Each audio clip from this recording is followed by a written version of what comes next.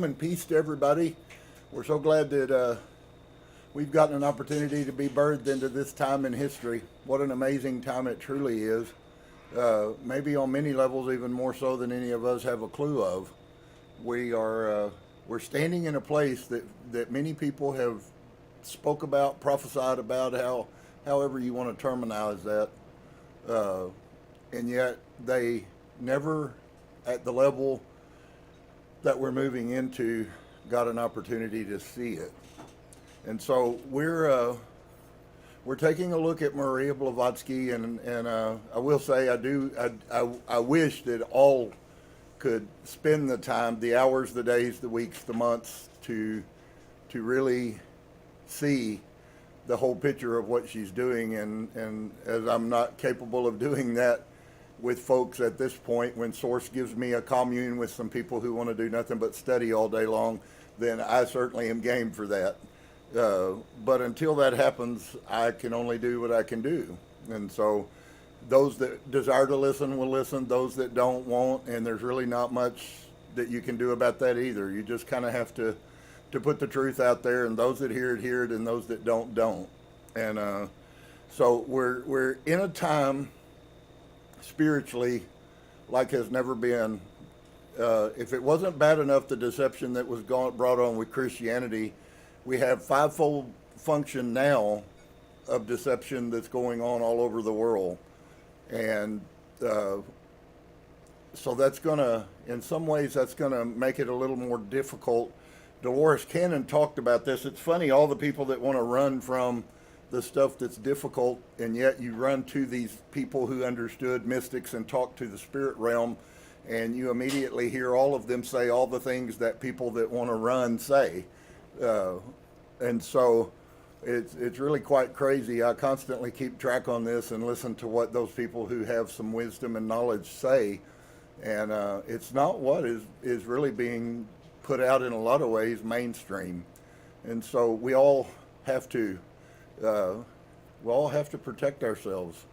And there are many people that won't and don't know anything about how to do so, even if they got the opportunity, and yet many of them won't get the opportunity. And so that's a little strange because of the reality that of the time that we're living in. It truly is apparent that this thing, all of the chaos that's going on, has been spoken about, and yet we have a whole sect of people who are telling everyone that if anything, that's not going to happen. I guess is kind of what I'm trying to say, and it's very sad because they're leading many astray, and many well-meaning people. And just so you know, I'm meeting people all over the place that are waking up. None of them have religion. None of them have people around them that are teaching them. And that's been something that's really marveled me, because they are waking up on their own accord. And so it goes back to the very things that Yeshua spoke and said, which is you let the sleeping dog sleep, and you talk to the ones that are awake. And that's really kind of a crazy concept. It's all over the New Testament, and yet we didn't understand it or see it like it was. It's really amazing how when you move backwards in history, past Christianity, to I guess what you might call the real true Christians, who were the people who, from the Essenes on, who lived and actually heard the teachings of Yeshua, They understood what the thing was, And so I'll just share this because I haven't really found anybody that really seems to get what the whole purpose of the, there's lots of New Age spiritual people talking about the Christ consciousness and those things, and that's really fine. But it's amazing that the Yeshua came to this earth, and one of his tasks while he was incarnate that he intended to do here was to show the people he came to bring liberty. And he did so, but because of bad intentions and out of alignment and horrible frequencies, all of these things then kind of got missed in the midst of it. And it's been quite amazing to me, the Christians that I've talked to who were quite shocked when I told them what the whole essence of why his message, why he came here. And so I'll share that with you, and as everything always is, you may get it, you may not get it. It's okay either way. It's only important if it's important, and if it's not important to you, then it's not important. And so that's how we learn to function in the realm of the spirit. And there will be tenfold more that it isn't important to than it is. And so as you go through those things, what's quite shocking is that the picture, everything that he did the whole time he was here was all leading to a point. And as humans, we still don't understand that your day of death has already been determined. You determined it. The day that you're going to die, you already know that in your spirit realm, but you're unconscious to it in the physical realm. You picked it. Charlie Kirk, a few days before Charlie Kirk died, he said something bad's fixing to happen. He wrote that in a text message. He sensed in the spirit realm no conscious knowledge, but he had a knowledge. And he knew it was coming. My uncle said before his plane crashed that something was coming, and he died. So we really haven't had that clue, because we've always been like, death is just happenstance. And so when you then turn and you look back at all of the ones, at least from my perspective, that I admire, all of the mystics of the ancient past, like Abraham and Moshe and all of those people, you notice that constantly it wasn't a surprise to them that they were dying. In fact, it gets written in the Bible as, and Abraham called his family together. He told them all the things he needed to tell them. He pulled his feet up in the bed and he laid down, and his spirit left his body. That's the essence of death. And because of all the things, and then you go to the New Testament and you find things like Paul making statements like, don't be like all the other pagan heathens who have no clue about what the truth is. They think that this is some really horrible thing, and yet we, the enlightened ones, know that it's no big deal. In fact, it's actually the finishing of a day of learning. You've accomplished a day's worth of work when you live a life and die. And that's metaphoric, of course, but it's not at all the thing. It's certainly not to be feared. Many cases, I heard recently that why were there so many people that died during COVID if COVID wasn't so bad? And a mystic was given a message about what really went on there. Those people many of the people who left during COVID did not die from COVID. They checked out of their human body because they're tired of the sickness that's on this earth. They made a conscious choice to leave their body. They're done. They're finished. I've accomplished all I wanted to accomplish, and I'm ready to leave this place. And they left. And so, because we're ignorant and unlearned on 1,000 levels, and so please, that's not an over-exaggeration or an embellishment. It is on 1,000 levels. Those things seem really foreign to us. They seem far-fetched. They seem out there. They're hard for Christians that believe it's appointed unto every man once to die and then the judgment, and that's the end. Who knows what happens after that? Because to be quite honest with you, I haven't ever met a Christian who was okay yet. Never. All of them have ego issues. All of them are unkind to people. None of them show love on the level that Yeshua talked about. And very few people that I know have I ever seen that experience.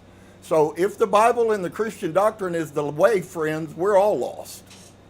And that's a sad truth because they wouldn't look at it. So Yeshua knew otherwise, though, and he came to this earth to show us that we're being lied to. And whether you recognize it or not, the hanging of his body on the tree was a symbol of death of the human body, and the drawing out of the end of the New Testament was simply to show you that he wasn't dead. He's now, we find him the next time that he appears, we find him on the beach and he's cooking fish for he's doing what again? He's serving. He's not out there standing around while everybody does all this stuff for him. He's the one on the beach cooking the fish for his servants, for his people that serve him. And so it's really overwhelming, but it's very beautiful that all of this stuff has always existed, but most people are really blind to it. And so if we awaken, then part of awakening is seeing things, and then when you see them, you can't unsee them, and once you see them and can't unsee them, then you have to deal with them, and if you choose not to, you're worse off than if you'd have never saw them. And there's going to be lots of people, I tell you the truth, there are going to be lots of people who have been told the truth that don't get it, and they miss the whole deal. Unfortunately, all the prophets say the same words, so that's not like that's some new revelation. It's actually very old news. And so it's all about your heart, and you can't fake your heart. People think they can fake their heart. They can be fake kind. They can be fake, do things nice, but you can't fake your heart. Who you are is going to inevitably come out, whether it's true, whether it's love, whether it's kindness. And so when the frequency change happens and the high frequency people disappear, the other ones will be no better off than if they had never known anything about it, because they're just going to continue dying and coming back in and dying and coming back in and dying and coming back in for another 24,000 years until the cycle comes around. And then they'll have another chance. And if they don't make that one, they'll die and come back in for another 24,000 years.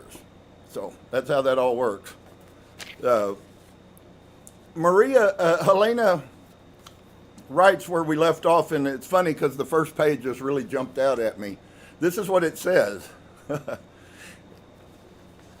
On page 20, he says, "These he enjoined them to impart only to persons whom they found worthy the ancient mystical truth." And so we do live in a time where there is afforded to all humanity, but if you've done any searching or looking, you will constantly hear people saying, you're only here because you were meant to be here. That doesn't mean that you get all the message. It just means that, yet once again, Source is putting you in front of the truth. Can you recognize it? And then if you can recognize it, can you embrace it? And then if you can embrace it, can you sustain that?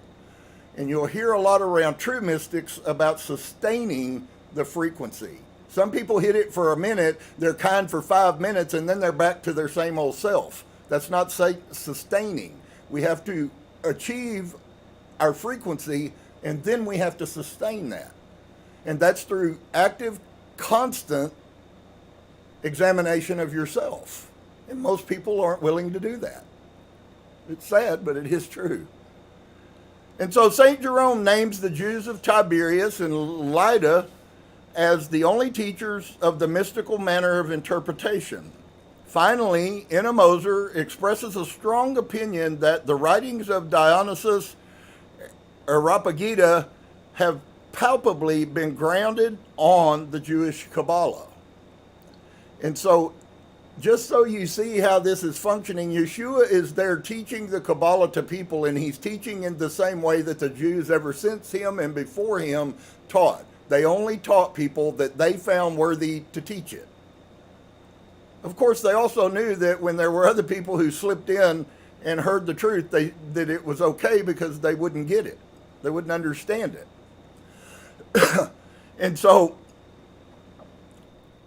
when we take into consideration that the Gnostics are the early Christians, and so for some of you, you may hear people, and people may throw this at you if you get into any dialogue. I hope you're to a point to where you're slowly but surely learning how to step back away from people and I'll share a little practical exercise that for some who embrace it it's going to help you with all of the chaos that's coming. What people don't understand is that the chaos that's coming is going to have very strong claws, and it's going to hang and stick in to everyone who isn't grounded properly and aligned properly and elevated properly. And so it's really funny. I talk to a lot of people, and a lot of people, I actually see more people that are making fun of what's coming than that have a revelation that this stuff may really be true. And so I'm constantly listening to that, and I have dialogues with people, and it's like they think it's funny. They think that none of this is going to happen in their world, and their reality. Life is just going to always go on forever, and it's all going to be fun. And then you die and you go to heaven and you get judged and thrown into hell. So, which is really sad. But when we take in consideration that the Gnostics or the early Christians were but the followers of the old Essenes, and for some of you guys who have been with me, and I've talked to some of you very recently, and so you know what the skinny is. It was really a true blessing for those. If there's any of you that I don't know and you've been following it all and you were here when we were going through Dolores Cannon, one of the greatest pieces that any person, even unenlightened people, could have gleaned from the whole past life regression that Dolores wrote about was the simple fact that prior to true Catholic Christianity, and you kind of have to make a differentiation there, because Paul wrote before the Catholic Church was ever created, and he says in Antioch they were first called Christians. And I've heard 1,000 slick-tongued preachers in churches over the course of my life talk about that statement situation that happened in Antioch as if that is modern Christianity. And it really proves how ignorant that they are. You know, sometimes if you'll just listen to people, they'll prove how ignorant they are. And so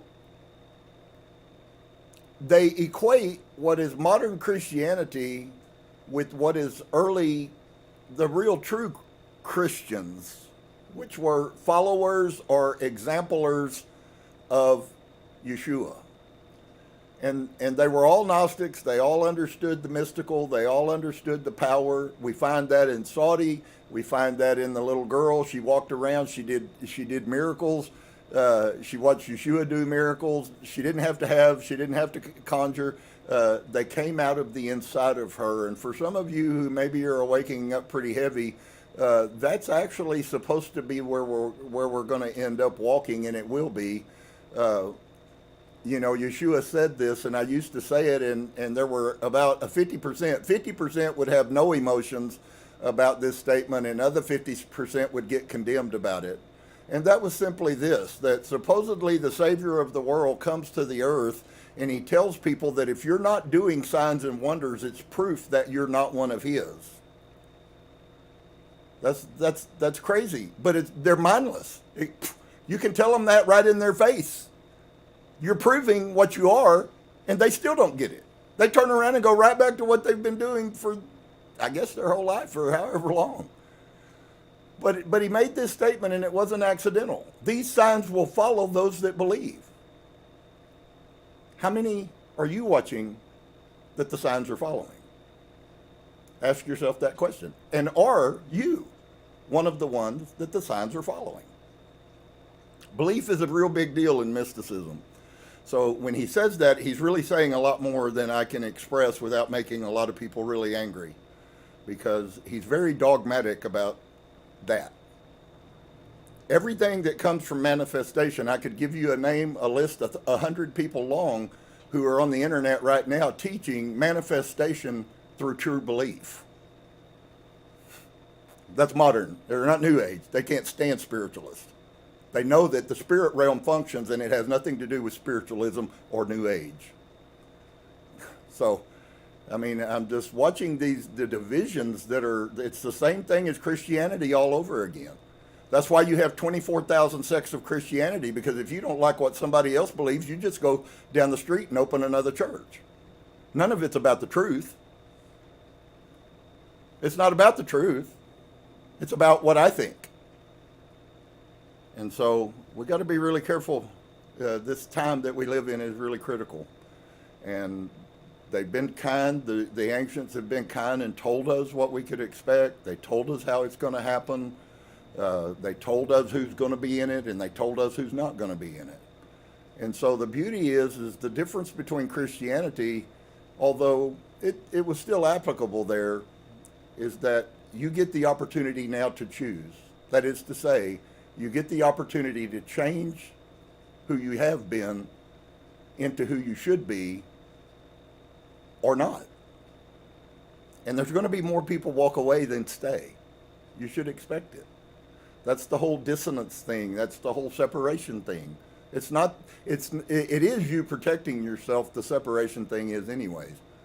But a lot of this, what is starting to come into view is a lot of the separation that is taught in the true teachings is about us protecting ourselves, but it's also about our energy, not, and so I'll say this, hopefully you get it.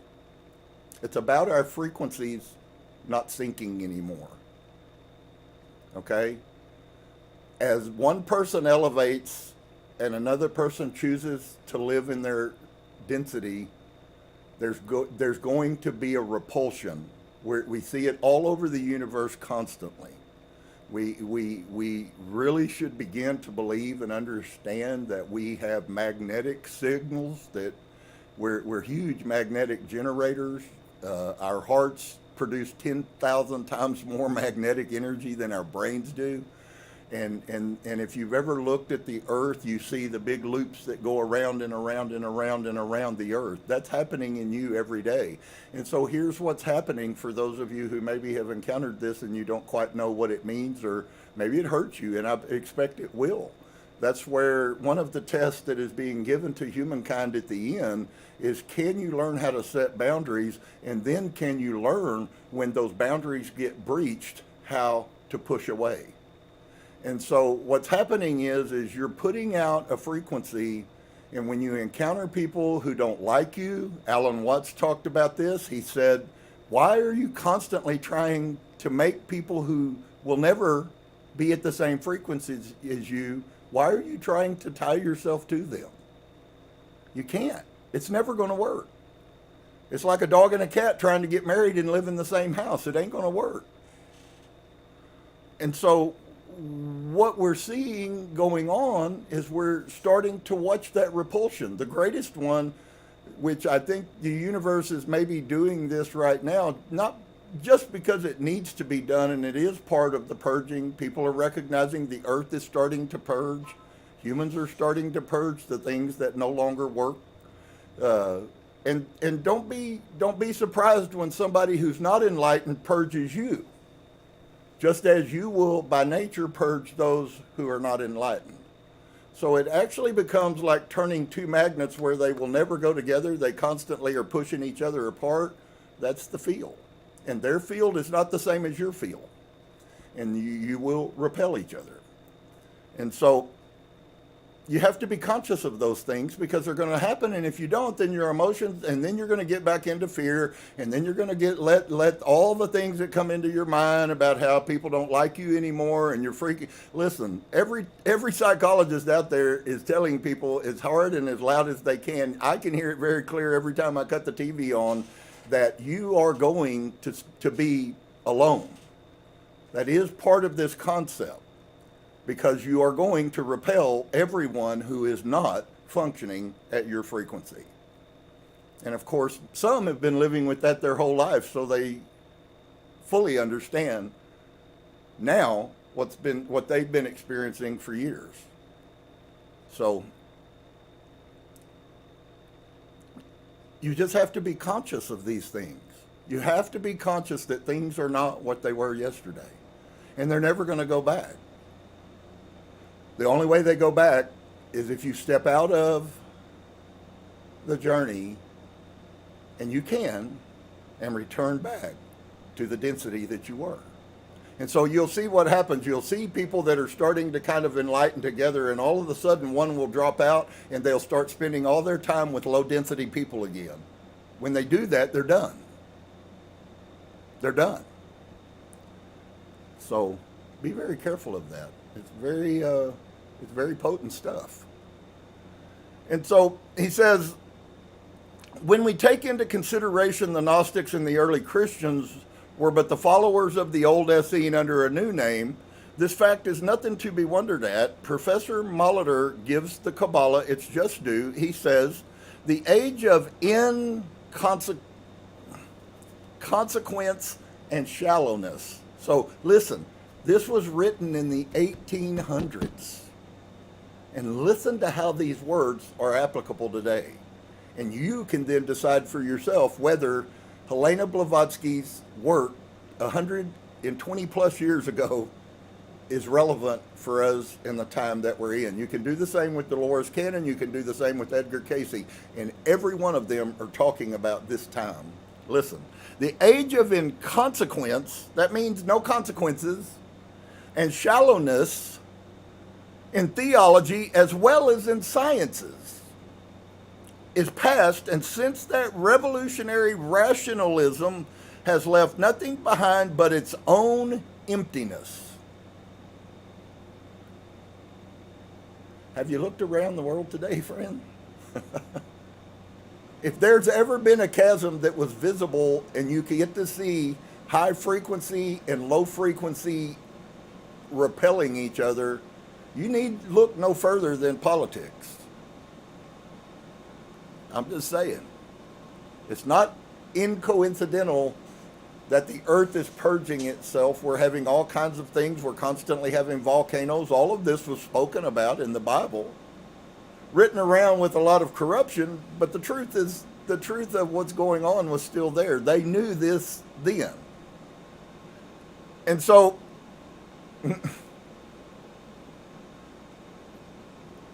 it has left nothing behind but its own emptiness and had destroyed everything that's positive. It seems now to be the time to direct our attention anew to that mysterious revelation which is the living spring whence our salvation must come. The mysteries of ancient Israel, which contain all secrets of modern Israel, would be particularly calculated to found the fabric of theology upon its deepest theosophical principles and to gain a firm basis to all ideal sciences. It would open a new path to the obscure labyrinth of the myths and mysteries and constitutions of primitive nations. So it's funny how it's glorified this thing that they love to call New Age, and then yet, if you really want to find the truth, go read Abraham words, where Abraham himself says that gives us a note, if you would pay attention, he gives us a note that you must begin to redig the ancient past. Now that's a statement that's kind of in there by itself, and most people read that and they go right past it. But these glimpses of truth and reality are everywhere. I sat and talked with a guy the other day, and he said, well, I don't believe what you believe. And I said, I could care less whether you believe what I believe or not. The truth is that wisdom hears truth wherever it comes from. Wisdom will hear truth. So it kind of goes back to the thing about resonating. Do you understand that all people, right or wrong, are resonating? And so please, if you are someone who is a truth seeker and somebody says, I don't resonate with you anymore, you simply smile, nod your head, and say, okay. It doesn't mean that you're wrong just because this person somehow doesn't resonate with you anymore. But what you need to do is make sure that you are in the right spot. And whatever happens to them, happens to them. That may be foreign to some of you. But people are going to choose what people choose. We have no power to help them other than what? To put truth out there, and they either hear it or they don't. Nothing's any different than when Yeshua was here. Nothing is different than when Moses was here. Nothing is different than when Thoth was here. Nothing is different than when Hermes Trismegistus, the oldest ancient mystic, nothing's any different. Everything's exactly as it has always been. The only problem is it's new to you because you're coming out of a place of sleep. You've been like a bear that's hibernating, and you crawl out of your den and you look around and you're trying to remember where you're even at.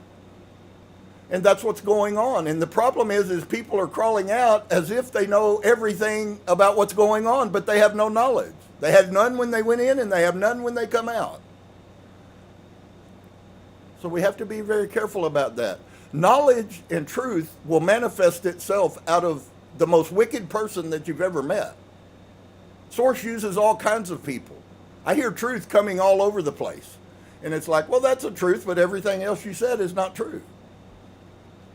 But the only way you can know those things and discern them, and in time we'll get into about discernment. Discernment is a gift. You don't possess it on your own. It's a gift that comes from the spirit realm. To be able to hear somebody and go, no, that's BS. That's not the truth. You adamantly believe it. But just because you adamantly believe it doesn't mean it's true. And because somebody adamantly doesn't believe you doesn't mean you're not right. Just take that for what it's worth. So, mysteries of ancient Israel, which contain all secrets of modern Israel, would be particularly calculated to found the fabric of theology upon its deepest theosophical principles. Theosophical. Some of you may not know. Helena founded the Theosophical Society. It is the combination of God and psychology. God is mind, so everything about God has to do with psychology. God, sophical, psychology. Theosophical Society. And that's what we will be again. That's what we were, and that's what we are headed back to. And to gain a firm basis to all ideal sciences, it would open a new path to the obscure labyrinth of the myths, mysteries, and constitutions of primitive nations. So all she's saying in a nutshell to you is, dear one, is everything, it's really much grander than you maybe than any of us could really grasp and understand, that everything that you believed was a lie. Everything was corrupt. And so you go back, and all of a sudden you think all of these behaviors that you do with no consciousness, you think they're acceptable. And so I was recently blessed to have a truth that came to me, and that truth was this. What you're going to watch, and this also has to do with the magnetic repulsion thing that I'm talking about. They actually all work together. But the statement was made that we're coming to a place and a point in time when high-frequency enlightened people are no longer interested in tolerating low-consciousness, high-density people. And the behaviors that used to be okay are no longer going, so we're in a process, they're no longer going to be acceptable to high-frequency people. The split that is coming is what I just explained to you. And so I hear people that are going, oh, it's all about love and peace and kindness and goodness. And you know what? All of those things will exist in high frequency people. But there's that's like teaching kindergarten to a college student. Okay? Because what's really going to happen is you're going to watch that high frequency people begin to exactly what I talked about earlier, and they're going to begin to separate themselves because they can no longer tolerate mindless, dense people. That's the split that Dolores Cannon told about. That's the split of the two worlds that Edgar Cayce talked about. And so what you're going to see in society that is high frequency people are going to be full of love, and they're going to function, but they're also not going to accept the behavior of low density people anymore. It's not going to be acceptable.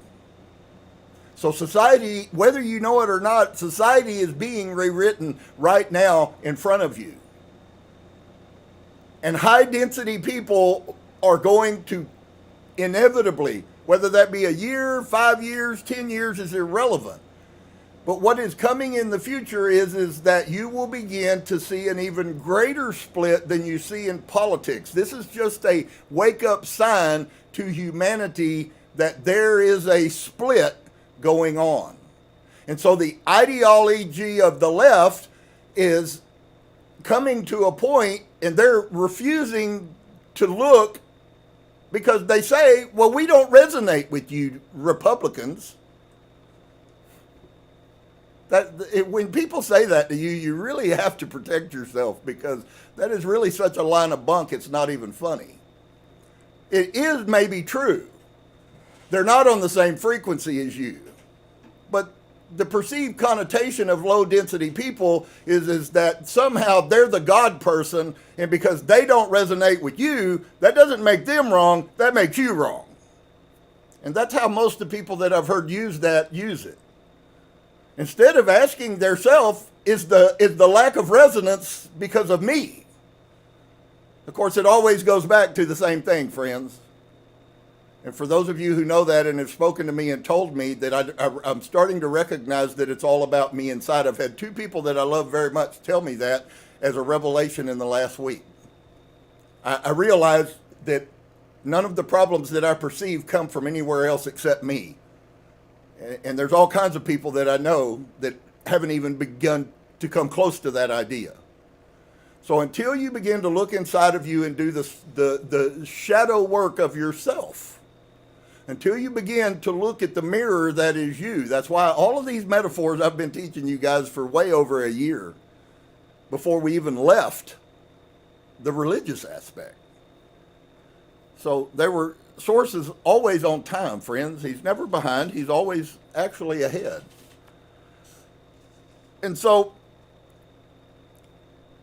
in these traditions alone are contained the systems of the schools of the prophets. Y'all remember that from the Bible? But see, you were told that means one thing, and it's unfortunate because it doesn't mean anything that Christianity told you it means. Who were the schools of prophet? Who were the Essenes? What were their belief systems? Were their belief systems Matthew, Mark, Luke, and John? Be kind of difficult since that was thousands of years from happening. And so contained the systems of the schools of prophet, which the prophet Samuel did not found, but he only restored. So what does the word restore mean? It means to bring back something that was and is no longer, that has become deficit, that has fallen on misuse or disuse. And so there was a time in this sequence time from the ancients of Egypt and the ancients of Sumeria and the ancients of Chaldee. You know, on one side, from a human perspective, you could look at the whole concept of Yeshua was supposedly born in Israel, and an amazing celestial thing went on, and yet it was the sages, it was the mystics of Chaldea who traveled all the way there with the message. The people in Israel lived around it and had no concept of what was going on. There's another metaphor. It was a reality, but it is very much a metaphor. And so there are many people living around it that will never see it. And so Samuel restores something that was ancient. There have always been times and seasons when there would be a sect or a movement on the earth that would do everything they could do to quiet the truth of who we are. And it's gone on, and it's happened, and it's happened, and it's happened, and it's happened. And there's always brings someone to the forefront, always brings. Yeshua was yet again another restoration. And that way he was another Samuel. And that way he was another Moses. And that way he was another Hermes Trismegistus. Unfortunately, humans have a real propensity to become mindless quite easily. And so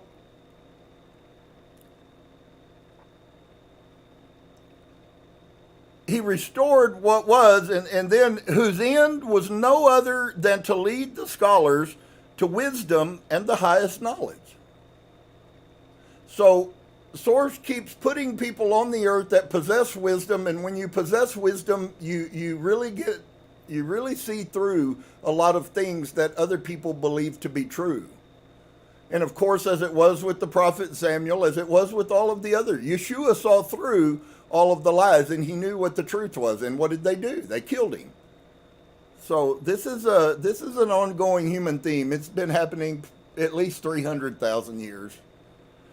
And so, whose end was none other than to lead the scholars to wisdom in the highest knowledge, high consciousness, high frequency, and when they had been found worthy to induct them into deeper mysteries, classed with these mysteries was magic, which was of a double nature, a divine magic, and then there's an evil magic or a black art. The magic that Yeshua functioned in, the magic that Moses functions in, was pure magic. It wasn't evil, it wasn't demonically inspired, but I know lots of people in Christianity who are doing black magic. Every time you open your mouth and you speak condemnation on someone it isn't correct, and it then becomes a manipulation by you of someone who otherwise deserved none of your manipulation, that is also deemed as black magic. I knew lots of people in my church that constantly worked black magic over the people around them.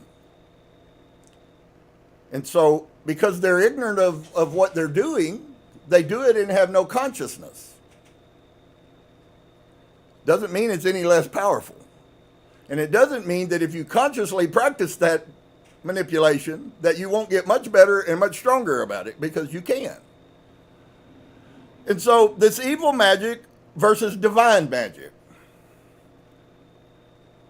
or the black art. Each of these is divisible into two kinds, the active and seeing magic. In the first, man endeavors to place himself in rapport with the world to learn hidden things. In the latter, he endeavors to gain power over spirits, in the former to perform good and beneficial acts, and in the latter to do all kinds of diabolical and unnatural deeds. So they both are here, they're both functioning. They're not what you were taught that they were. But I'm quite sure that many of you who have read a lot of the Bible, it never occurred to you that Yeshua, speaking from a place of creativity in his mind and causing miraculous healing, was magic. Moses parting the Red Sea, friend, was magic. And you go, oh, well, it was super. No, it wasn't. God did not part that water. Moses did. God did not do those supernatural things. Moses did. Because he was a high conscious being who knew who and what he was. And we all have power that we can't understand. But we don't believe it. That's why we're not doing it. And don't you doubt for a second that there aren't people who are already pushing towards and awakening that aspect of themselves.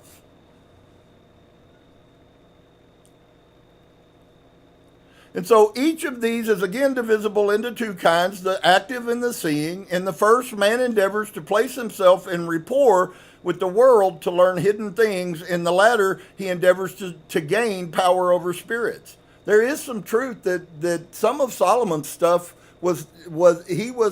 could be, according to the Kabbalah, Solomon was a black magic. It really wasn't all that far that he was over there concocting deals. And even more so with what Helena just said, because his whole thing was about working the demons. That's how he built the temple to God, was with demons. And so this concept of white magic and black magic is actually true. And while I had a different picture about it, I now know that many of these people who are functioning white witches actually are simply just functioning in the spirit realm. And so, to perform good deeds and beneficial acts, and the latter to do all kinds of diabolical and unnatural deeds. The clergy of the three most prominent Christian bodies, the Greek, the Roman Catholic, and Protestant, discountenance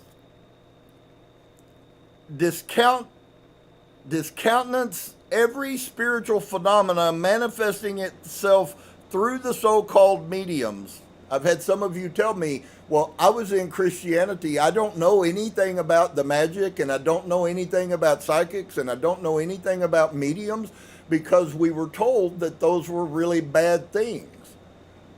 And I totally get it. I lived in that world as well. That's what I was brought up being told. Of course, it's not true. But it also doesn't say that there's not people who are using supernatural powers for negative purposes. If you listen to, if you ever do any of the guided meditations with Wolfgang, you can tell what he's trying to say, because he always puts protection in place for the person from negative spirits. Some of you are nodding your heads. You know what I'm saying is absolutely true. He's here doing this for the most benevolent outcome. In other words, I'm not here trying to cast some spell to cause somebody some pain. I'm here trying to help free someone who might be otherwise entangled in something that is dark. Because you don't have to get tied up in dark by your own will. Dark will find you unless, and so this goes back to the whole picture that I'll talk about here in a little bit, about how do we learn to protect ourselves from the chaos that is coming. See, it hasn't even come yet. If you think that the world is in chaos right now, friends, it's simply the very beginning of what is coming. It's going to get much worse. And if there is some way and some place through the spirit realm that we can learn to free ourselves from the things that clutch at you, then I think that's very valid to know. And so the clergy of the three most prominent Christian bodies say that it's all bad. Unless it's Jesus or a priest or the Pope. A very brief period indeed has elapsed itself since both the latter ecclesiastical corporations burned, hanged, and otherwise murdered every helpless victim through whose organisms spirits and sometimes blind and as yet unexplained forces of nature. And I kind of alluded to this a little bit. Do many of you understand why the Salem witch trials went on? Do you know that those really were spirit people, the ones that learned about nature, and they went out onto Mother Gaia and they gained leaves? We do that now on a daily basis. People make teas for healing. And these people that were hung in the Salem witch trials because of religion were hung because they were functioning in the true spirit realm of love and peace and kindness. And on top of that, they were being very thankful, which is also the same reason that Christianity had to destroy the American indigenous spiritual system. Because there is power in that system. And the Christian church could not tolerate that. And so you either stomp it out or you kill it. Most cases they kill and then stomp. And so they were sometimes murdered, every helpless victim through whose organisms spirits, and sometimes blind,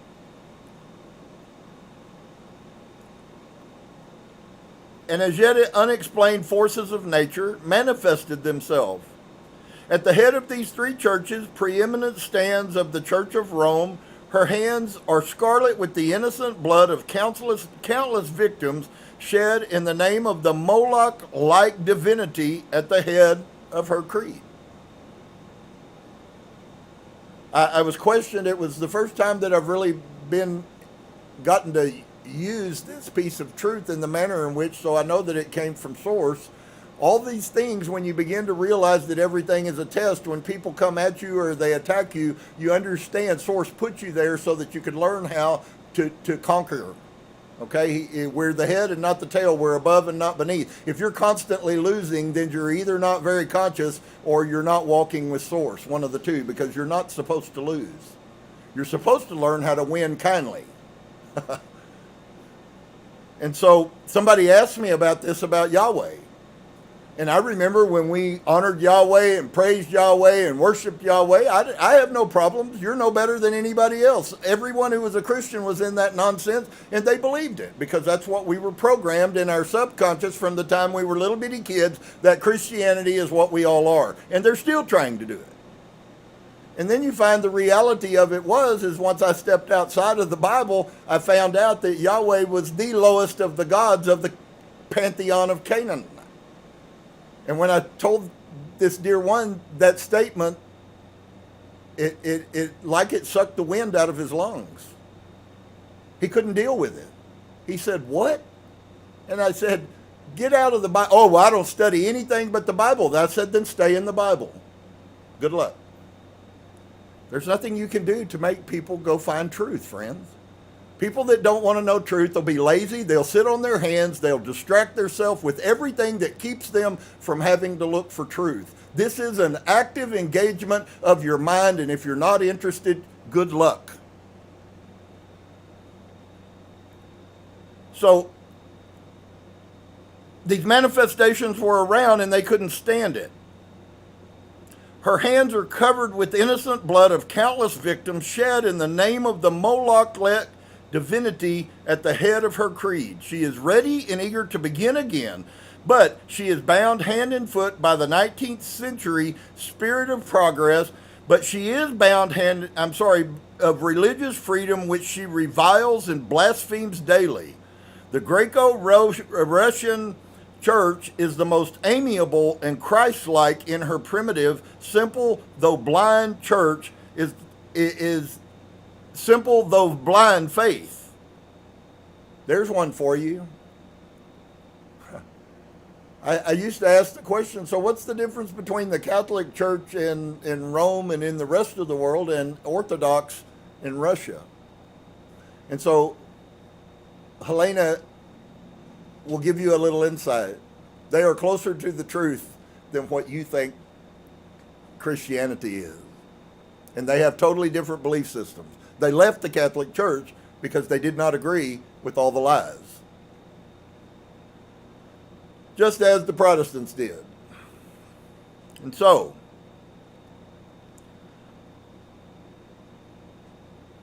they are the most amiable and Christ-like in her primitive, simple, though blind faith, despite the fact that there has been no practical union between the Greek and the Latin churches and that the two parted company long centuries ago. The Roman pontiffs seem to invariably ignore the fact. They have in the most impotent manner possible arrogated to themselves jurisdiction not only over the countries within the Greek communion, but also over all Protestants as well.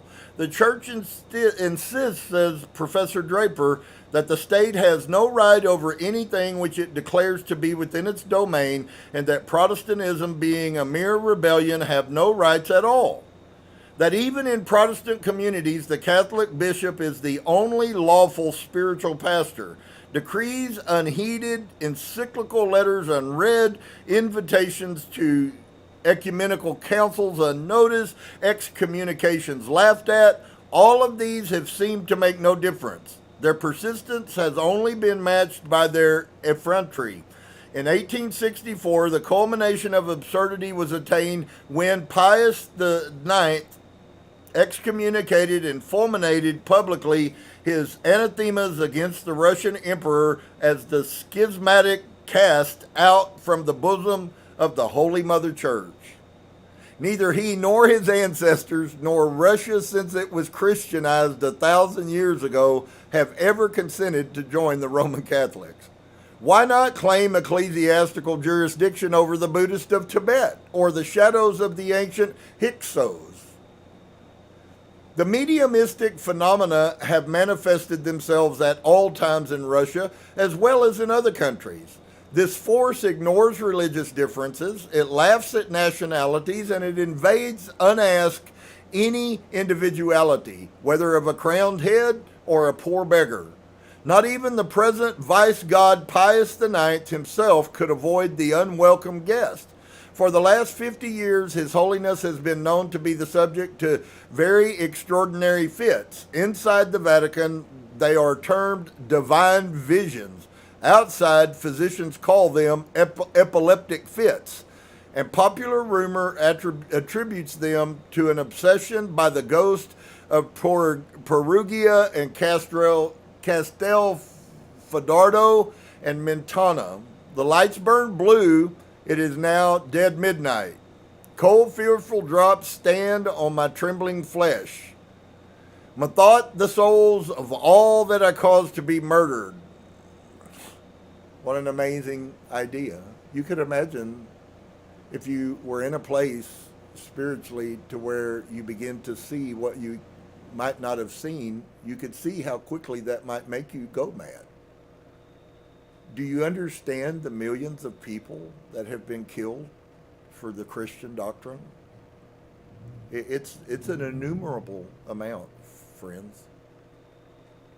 You could say the same. There would be enough significance for the amount of truth that they have stamped, hidden, burned, and killed people to hide. The only reason that we have the Nag Hammadi is because of 2 rebellious monks.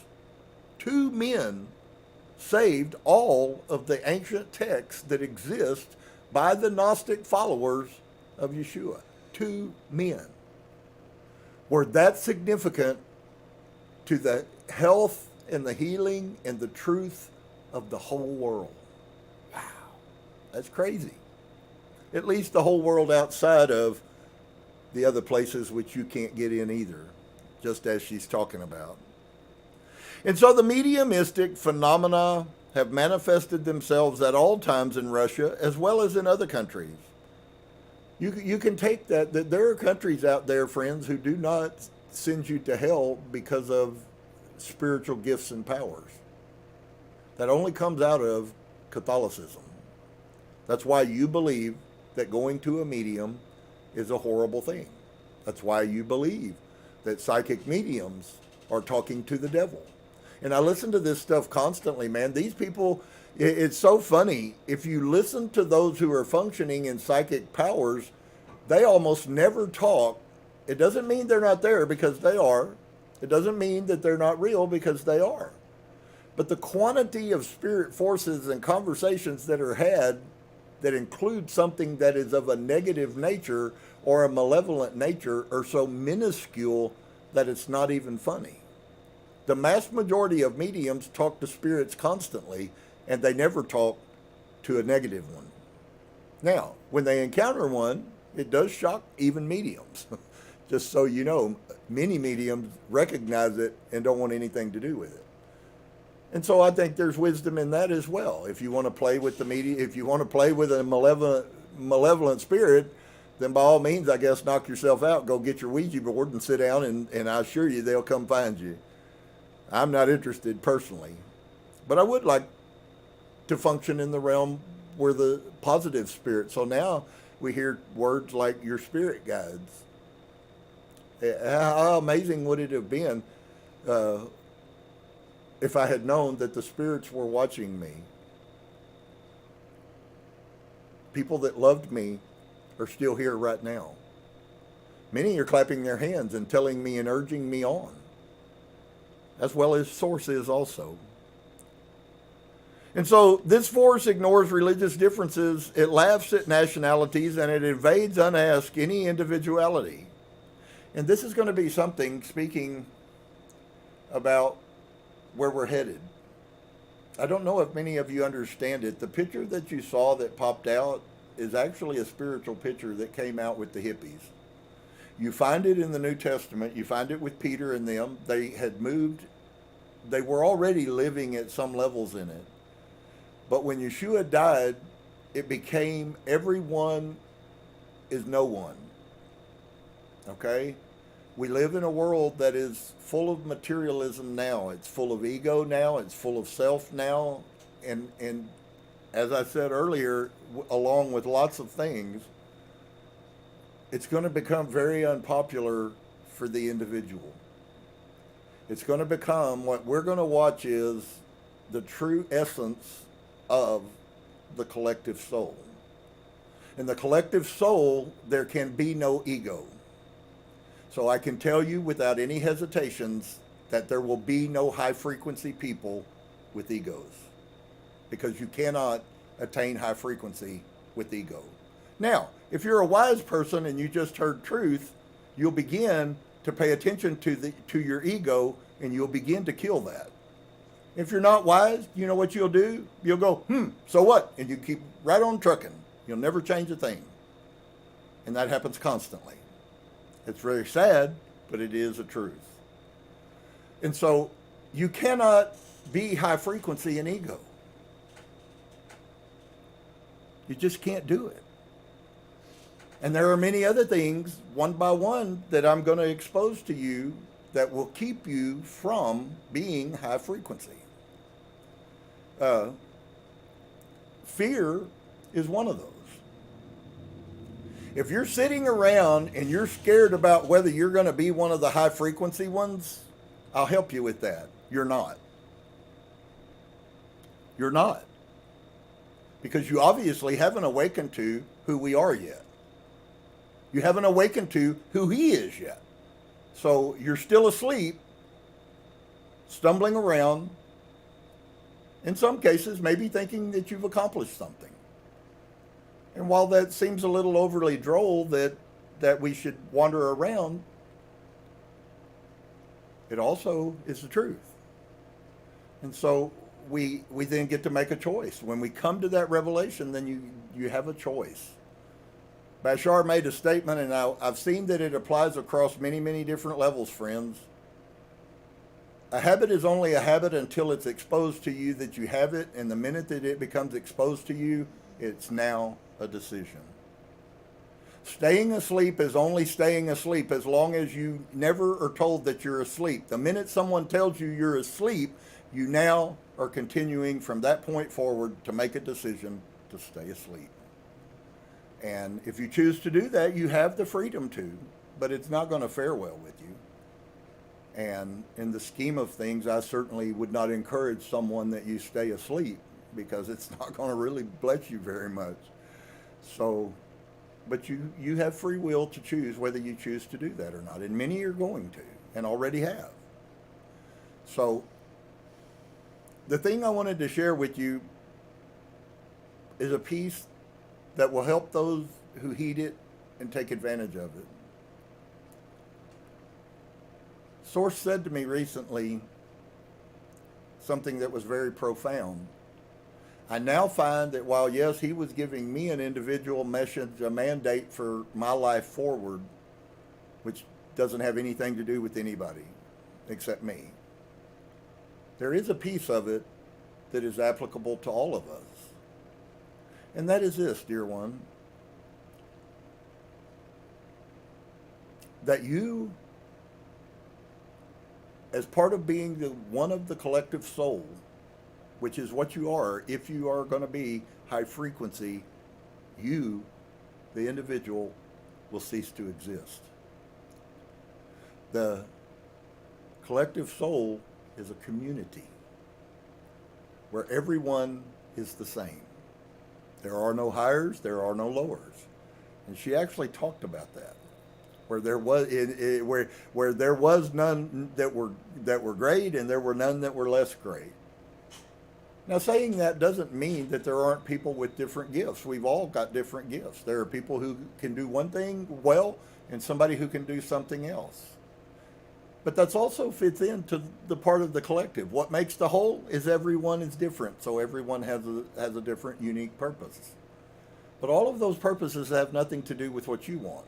They have to do with the collective. And so as you open your mind and you begin to, if you will, begin to open your mind and understand consciousness and that you are consciousness, then you will begin to look at people differently. Sometimes that's good because sometimes seeing people, we spend a lot of energy trying not to see it because we don't really want to. And then there's the other side where you have to accept it even if seeing someone isn't good. So how do we do that? I'm not the only one that's sharing this. I'm not the only one that has these pieces of revelation. In fact, there are many people, friends, who are saying very similar words, different ways, but the same words. They come to the same end. And so, as we move forward, and some of you may have recognized, and some of you will recognize, that there has to be a place in our life where we begin to recognize the things that are negatively affecting us. Maybe you don't have control. Maybe you don't have power to change them. If somebody has a bad behavior, do you have the power to change that person? And pretty much across the board, the answer is no, you don't. So then you've been put in a unique situation of trying to decide how to go forward. And maybe the person that's causing something to you is dragging you in to the past. Had a situation recently and something that I had pretty good control over, and all of a sudden, before I knew it, and I've heard this and I've read this and I've seen this for myself, and all of a sudden, and maybe somebody here probably has experienced this besides myself recently, all of a sudden you found yourself doing something that you thought you already had mastery over, and yet you ended up back doing it again. And so then you now have a new question, which is, what do I do now? Well, there's nothing to do but gain mastery again and move forward. Next time, do all that you can do to remember, I remember what this was. I remember I failed last time. See, failing is only negative if you let failing be negative. Failing is actually one of the most positive responses that we have because it goads us to become better people. And it's not, do we fail? We all fail. The question is what do you do with your failure? I know lots of people that just quit.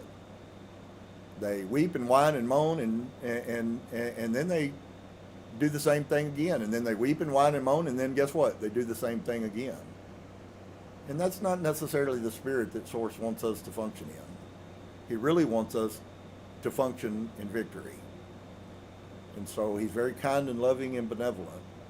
So 3 steps that you can do, and this defies a lot of the modern teachings. And so I'm going to leave them to you, and they're going to help you in the days ahead in chaos if you desire to learn how to walk through the chaos without being grasped in its clutches. And the first one is metaphorically in your mind to picture yourself up on top of a mountain looking at the world. And if you could do that, I do this often in meditation. I do it sometimes before I go to bed. I do it sometimes when I'm going in the Walmart. And I stand on top of the world. I'm not anything but an observer. And so when you begin to study the ancient mysticism, part of what we're supposed to become is observers, not reactors, not unreactors. Many people have no emotion. Some people have way too much emotion. You know what you are. But if you can find yourself in that place and then look at yourself in the mirror and see you as that person that is standing at some levels with no emotion, and you're simply watching the chaos that's going on. Once you can find that inside of you, then don't ever let that memory leave your mind of what it looks like. And once you gain some mastery to where you can do that on a relatively regular, everyday life, then you're ready for the next step to free yourself from the chaos that's coming. Some of you will practice this in reality and you will see that what I'm telling you is the truth. So when you come to the mastery of this thing, which is called dissociation, you have to dissociate yourself. It's hard as hell to do, and you're going to have 1,000 attempts and 1,000 failures before you have a victory probably. But keep going anyways. And so as you can learn to dissociate yourself, what are you dissociating from? You're to learn to dissociate yourself from your emotions, because that's usually what gets most of us in trouble, and I've been real good at that. So I'm not speaking because I haven't had a lot of practice. I have had a lot of practice. But we have to learn little by little, gradually by gradually, situation by situation, and if you'll do it and continue to do it, you will get better. Of allowing yourself to remain emotionless. For me, I was a reactor. And I still fight that constantly. The difference is I make a decision now because I have knowledge. See, it goes back to the same thing. You're continuing to be a reactor if you know it and you do nothing about it. If you have failures, who gives a crap? Everybody's failing.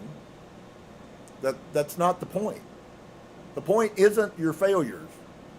The point is your purity and your effort. And if you're not putting effort, then you're just part of the problem. And so, as you learn this dissociation, then the next step that we have to do is then we have to begin to utilize that work. We have to begin to utilize that. And how do we do that? We do that by putting ourselves into situations where we have to practice what we've been practicing. We hear it in our modern day society a lot, this term, maybe you'll recognize it. It's called triggered. Any of you remember being triggered? You watch it on television, somebody says something and the left is triggered. All of a sudden they blow a gasket, they totally react. And we as individual humans do those same things every day. You don't have to necessarily, so one person is very vocal and one person says what they feel inside, but they reacted, and another person in their mind says 1,000 GDs and FUs and never says a word. You're no better off than the one who screamed it at the top of their lungs. You still did the same thing. So it doesn't really matter whether you acted out or not. It's in you.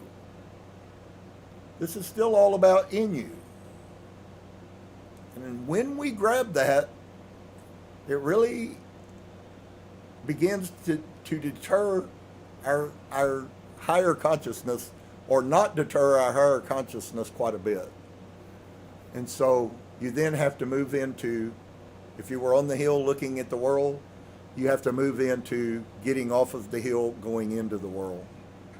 The thing I struggle with the way that resonance is used, because resonance says that if you're on the hill and somebody makes you feel triggered, then you should run. And if that's what you do, then you have no use in the kingdom. There's no purpose for you.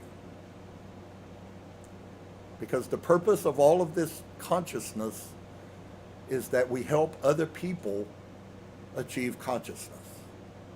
And so for you self-centered people who don't care about anybody but yourself, it's going to be really difficult for you until you get the revelation that it ain't about you.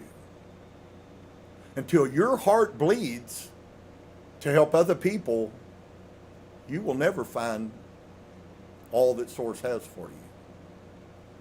You don't believe me? Give yourself a month, and every day when you get up and pray and weep, and ask God to let you feel the love that He feels for other people, and watch what it does to you. Pretty mind-boggling.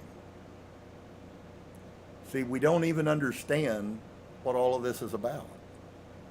This isn't about you. This isn't about salvation. And if that's all that it is for you, then you'll stay in that cesspool. It's like a bad, poisoned chakra. We have energy all over our bodies that goes round and round and round like this. And you can have good energy, and that good energy turn to bad energy. And guess what? It still goes round and round and round. It doesn't leave you. And this is exactly the same thing. A metaphor picture of what your chakras are inside of you. And so when you finally come to mastery of your reaction mode, then the next thing is that you're then to go into the places that make you react so that you can attain higher consciousness in those places. And then once you begin to master that, then the focus is to become a servant. Yeshua came in at that level. We did not. But the level must be attained nonetheless. And so all of the higher frequency people who are going to shift dimensions here very shortly and will no longer be seen by low frequency people are people who have learned how to love other people the way that God loves them. Wow, that's pretty huge. So I hope that you're blessed today, and I hope that you'll take heed to some of the things I've shared with you. It is a long journey. You should learn to be kind and patient with yourself. But at the same time, you also have to learn how to be honest with yourself. Many people like to pamper themselves and only exert their honesty on other people. And you can't afford to do that. So, love, love, love. Hi, hi, hi. Work, work, work. Shalom and namaste.